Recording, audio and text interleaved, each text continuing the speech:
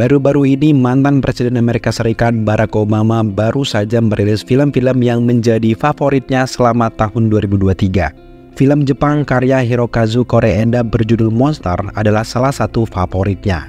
Karena faktor ini juga yang sebenarnya membuat kita penasaran seberapa keren film yang berjudul Monster ini. Setelah nonton, ekspresi kita adalah geleng-geleng, mengeringkan dahi, menghalahkan nafas, dan salut dengan gaya penyutradaraan dari Hirokazu Koreeda, serta tepuk tangan sekeras-kerasnya untuk penulisan skenario dari Yuji Sakamoto. Monster adalah sebuah ungkapan tersirat dari keadaan di dalam filmnya.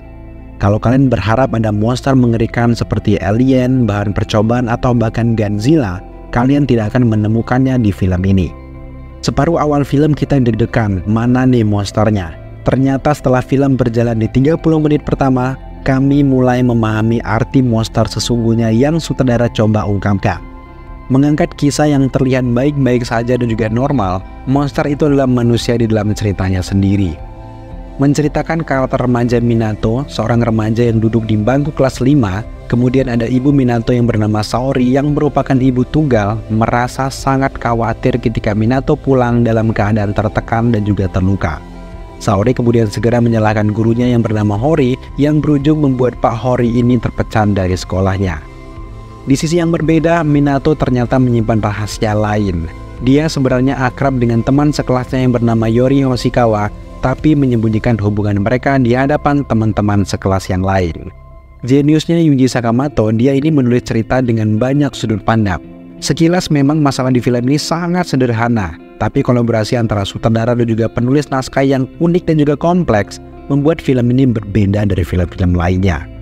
Melibatkan kontras antara dunia anak-anak polos digabungkan dengan berbagai kekejaman orang-orang dewasa, membuat ceritanya menyadarkan para penonton, sebenarnya kita juga monster di kehidupan kita masing-masing. Memberikan 3 sudut pandang berbeda dari masalah Minato dan lingkungan sekolahnya, dari awal sampai akhir film kita dibuat tidak henti penasaran apa yang sebenarnya terjadi. Ada banyak sekali versi cerita yang membuat kita harus meranjut sendiri kesimpulan apa yang terjadi. Bahkan sampai detik akhir film pun saat lampu bioskop sudah menyala, kita tidak kuat beranjak dari kursi karena tercengang dan otak masih mencerna berbagai kesimpulan yang berkecamuk dari cerita film monster ini. Yuji Sakamoto menyelipkan banyak kritikan sosial lewat film ini guys. Salah satu penggambarnya seperti kepala sekolah yang rela mengorbankan seseorang demi menjaga nama baik diri sendiri dan juga institusinya. Kemudian juga kejamnya orang tua terhadap anak-anak mereka yang terkadang mereka sendiri tidak bermaksud untuk itu. Dengan penulisan naskah yang jenius ditambah lagi dengan keren gaya penyutradaraan sang sutradara yang bisa mewujudkan menjadi visual yang cantik dan juga apik di layar lebar, tapi tentu saja dia tidak melupakan rasa tragis dari ceritanya sendiri. Film bernuansa Oscar ini mungkin tidak cocok untuk semua orang, tapi buat kalian yang relate dengan ceritanya, kalian akan sesenggukan menangis dengan kisahnya. Sinematografi dan juga tone warnanya sebenarnya sederhana, khas film-film sederhana dari Jepang, tapi berbagai lantunan scoringnya yang menambah merinding cerita film ini. Dentikan suara piano serta tiupan saksofon aneh yang membuat cerita makin kompleks dan mengerikan.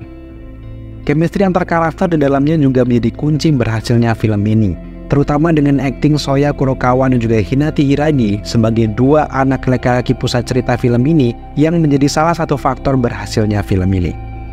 Istilah otak babi, hubungan mereka yang hingga akhir film pun penonton dibiarkan untuk menyimpulkan sendiri bagaimana hasil dari hubungan mereka setelah kejadian di akhir film.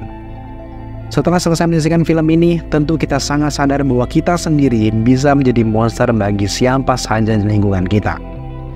Buat teman-teman yang penasaran, film Monster sudah bisa kalian saksikan di bioskop Indonesia sejak 3 Januari 2024. So, di review, kita memberikan skor 8 dari 10 untuk film Monster.